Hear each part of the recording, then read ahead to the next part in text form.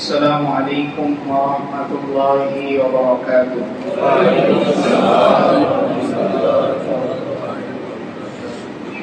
إن الحمد لله نحمده ونستعينه ونستغفره ونؤمن به ونتوكل عليه ونعوذ بالله من شرور أنفسنا ومن سيئات أعمالنا من يهده الله فلا مضل له ومن يضلله فلا هادي له ونشهد أن لا إله إلا الله وحده لا شريك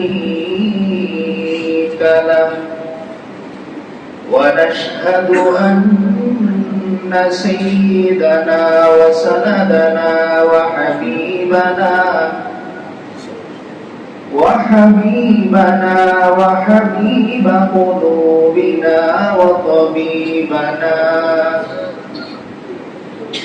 قلوبنا وطبيب قلوبنا ومولانا محمد صلى الله تعالى عليه وعلى آله وأصحابه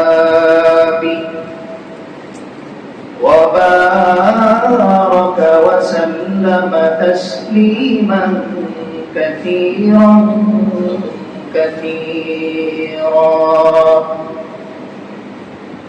أرسله بالحق بشيرا ونذيرا وداعيا إلى الله بإذنه وسراجا منيرا أما بعد فأعوذ بالله من الشيطان الرجيم بسم الله الرحمن الرحيم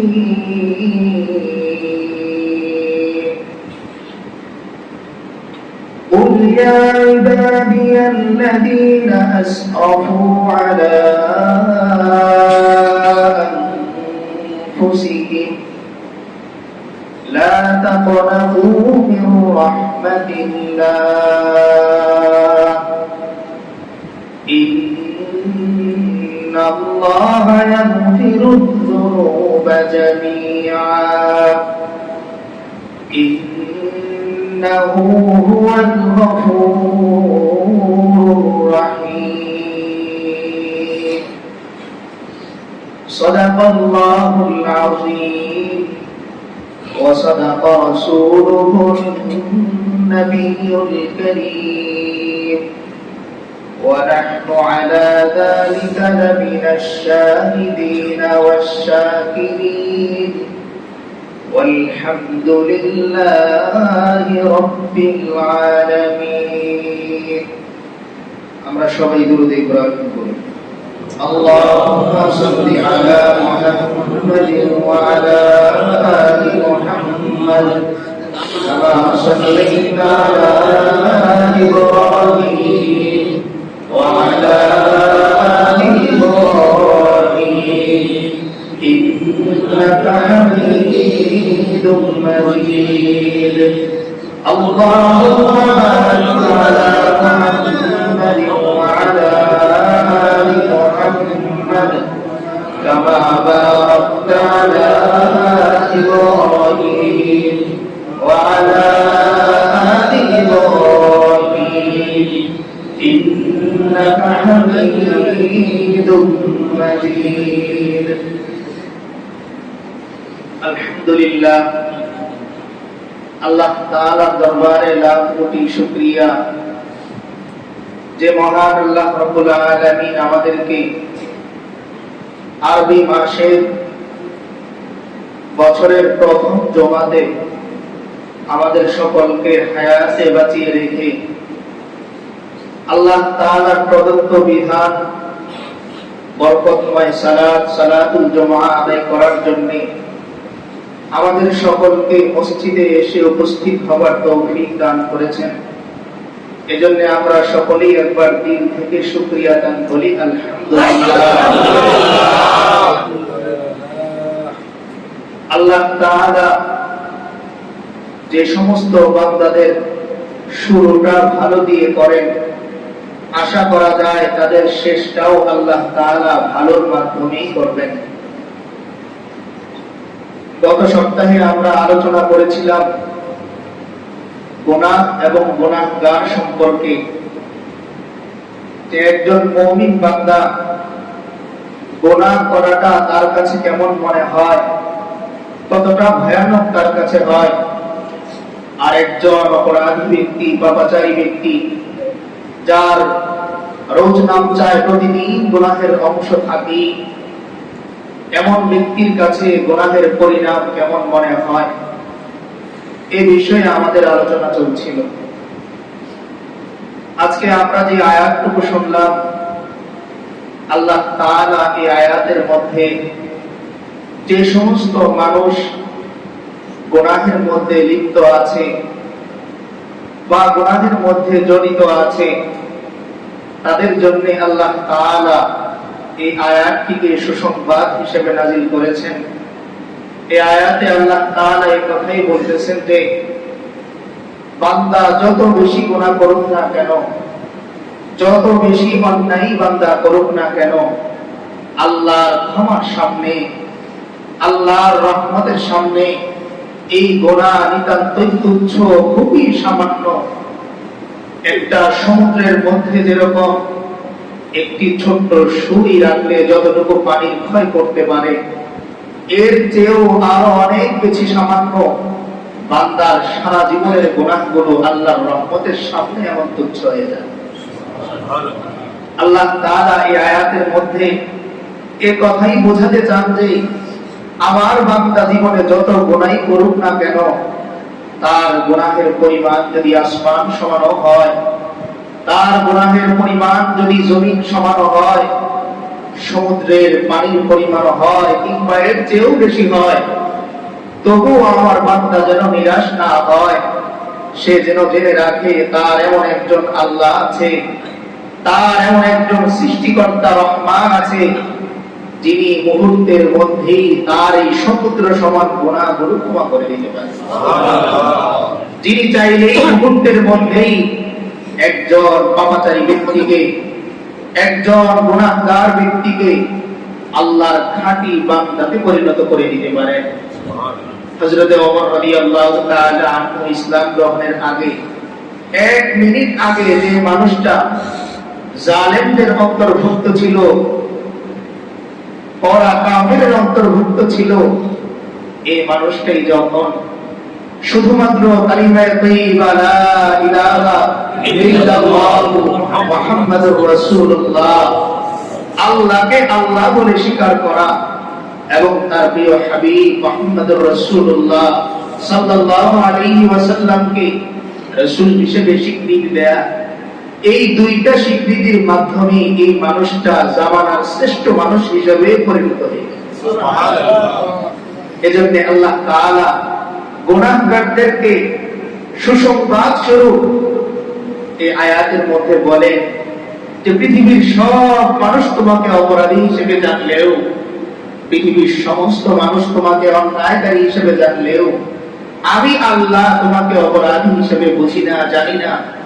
আমি আল্লাহ তোমাকে অন্যায়কারী হিসেবে ডাক দিই না, বরং আল্লাহ বলেন قل يا عبادي الذين أسرفوا على أنفسهم, আল্লাহ তাআলা বলেন ও আমার হাবিব আপনি বলেন, ইয়া ইবাদি, ও আমার বান্দা, অর্থাৎ আল্লাহ বোঝান দুনিয়ার সব মানুষ তোমার অন্যায়কারী হিসেবে জানলেও আমি আল্লাহ এখনো পর্যন্ত তোমাকে আমার বান্দা হিসেবে জানি। তাহলে দুনিয়ার মানুষ আমাকে অপরাধী হিসেবে জানলেও, দুনিয়ার মানুষ আমাকে অন্যায়কারী হিসেবে জানলেও আমার আল্লাহ আমাকে কি হিসেবে জানে? বান্দা হিসেবেই জানে। যেমন মায়ের কাছে সন্তান যত বেশি অন্যায়কারী হোক না কেন, গ্রামের মানুষ তার মাকে বলে এই ছেলেকে ভাত দেন কেন, ওর বাবাকে বলে এই ছেলেকে কেন পালেন, ওর ভরণ পোষণ কেন আপনি দেন, ও তো মানুষের কাতারই করে না। কিন্তু বাবা কি বলে, মা কি বলে, আপনাদের কাছে ও মানুষ হিসেবে না বললেও ও তো আমার গর্বে ছিল, তাই ও আমার কাছে দিন শেষে আমার সন্তানই। ঠিক তেমনি আল্লাহ তাআলা এই কথাই বোঝাতে চান যে তুমি সারাদিন অন্যায় করে যখন বিছানায় ঘুমোতে যাও, ওই সময়ে পৃথিবীর সব মানুষ তোমাকে অপরাধী হিসেবে জানলেও আমি আল্লাহর কাছে দিন শেষে তুমি আমার বান্দাই। কারণ আমি তো তোমাকে সুন্দর আকৃতি দিয়ে বানিয়েছি, আমি তো তোমাকে সম্মান আর শ্রদ্ধা দিয়ে বানিয়েছি। এজন্য আল্লাহ তাআলা 15 নম্বর পারায় বলেন, ওয়ালাকাদ কাররামনা বানি আদম ওয়া হামালনাহুম ফিল বাররি ওয়াল বাহর ওয়া রাযাকনাহুম মিনাত তাইয়্যিবাত ওয়া ফাদ্দালনাহুম আলা কাসীরিন মিম্মান খালাকনা তাফদীলা।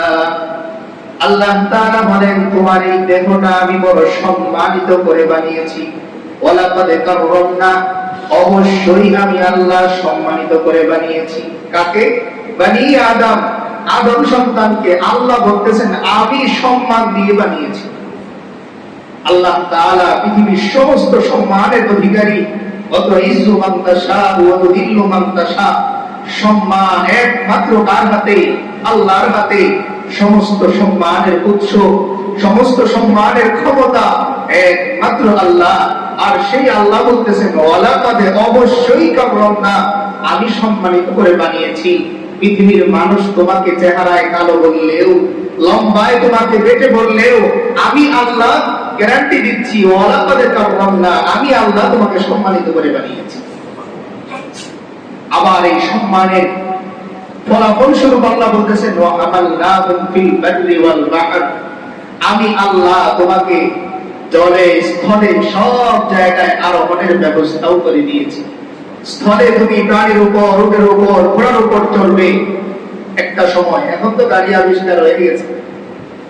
আবার স্থলে চলার জন্য নৌকা, জাহাজ আমি আল্লাহর হুকুমে চলে। যেই পানিতে লোহা ডুবে যায় সেই পানির বুকেই লোহার তৈরি জাহাজ ছুটে বেড়ায় আমার হুকুমে, একমাত্র আমার কুদরতে। আমি বুঝি না বলে আমার মনে হয় জাহাজ এই সমুদ্রের উপর চলে, কিন্তু আল্লাহ বোঝাতে চান এই জাহাজের মধ্যে থাকা লোহার খণ্ডগুলোই তুমি যদি আলাদা করে এই সমুদ্রের বুকে ছেড়ে দাও, সমুদ্রে তলিয়ে যায়, তো সেই লোহার খণ্ড দিয়ে তৈরি জাহাজ কিভাবে আবার সমুদ্রের এই পানি ভেদ করে সামনে আগায়? এই সমুদ্রের কোনো ক্ষমতা নয়, জাহাজের কোনো ক্ষমতা নয়, বরং একমাত্র আমার কুদরত। কারণ আমি আল্লাহ কোরআনে বলেছি ওয়া হামালনাহুম ফিল বাররি ওয়াল বাহর, বাহর মানে সমুদ্র।